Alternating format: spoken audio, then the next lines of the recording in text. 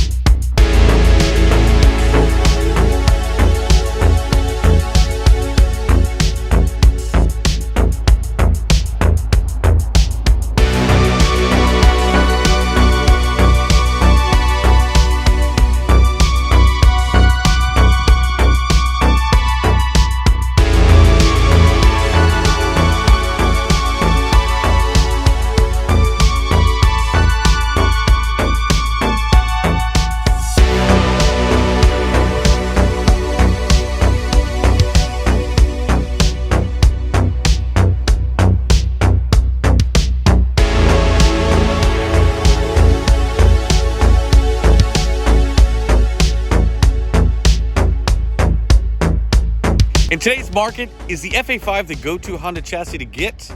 Let's find out. What's up, everybody? So it's your boy Mark. This is HSG, and today I'm reviewing Steven, aka LOLFD2, his FA5. Now, what's really nice about this FA5 is it's got the typical mod list that you would want to have for an FA5, and I've been able to drive it for the last evening and today. So I've been looking for another project car, and really the FA5, the RSX, the EP3, the Honda Fit have all been on my list of, possible cars to get. Now, Steven's is almost the perfect example because it's damn near perfectly drag and spec'd out. It's got BC coilovers, it's got a K24 swap with the Type S oil pump, 50-degree VTC cam gear. A lot of things that I like out of the car, out of the gate, is that it's very livable. I like the seats. I like the cup holders, as funny as that sounds. Of course, the stereo is pretty antiquated, because it's pretty useless. All you get is the radio and CDs and whatever. But it does have an auxiliary in. Anyway, other than that, what do we really care about? We care about a car that is going to perform well around corners. This thing shines like a mother. This thing is amazing. I'm really impressed on how good and well that this car is set up. Pretty much all the bushings and everything have been replaced, and this car is in phenomenal shape.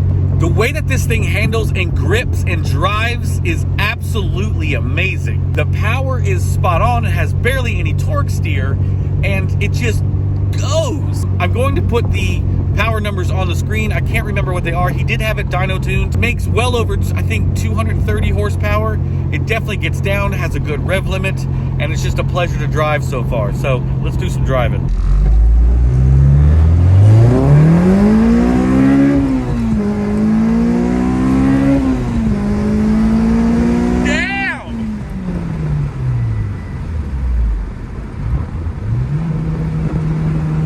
The brakes on this car are absolutely insane. He's got the Acura TL Type S brakes with some hawk pads, I believe, and this thing stops, but it also goes. This VTEC is nasty. That's nasty. Oh, there's the brakes. gonna bring it down here, gonna bring it down. We're gonna listen to this VTEC crossover a little bit. Let's listen to it. It's music to my ears. You ready? Woo! Shit! Hey! Hey! Hey! The Z3 transmission is absolutely perfect. It's got the hybrid racing short shifter, which I absolutely love. I'm a huge fan of those. Works perfectly with the Battlecraft shift knob because it gives it a nice perfect throw. And right now I'm driving the car in South Carolina, so there are lots of hills and corners and stuff to really test this on.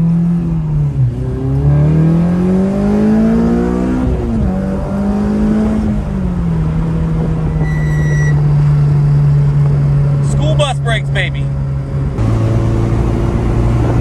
The visibility of these cars is a little bit different to get used to with the dual tier, tachometer and speedometer.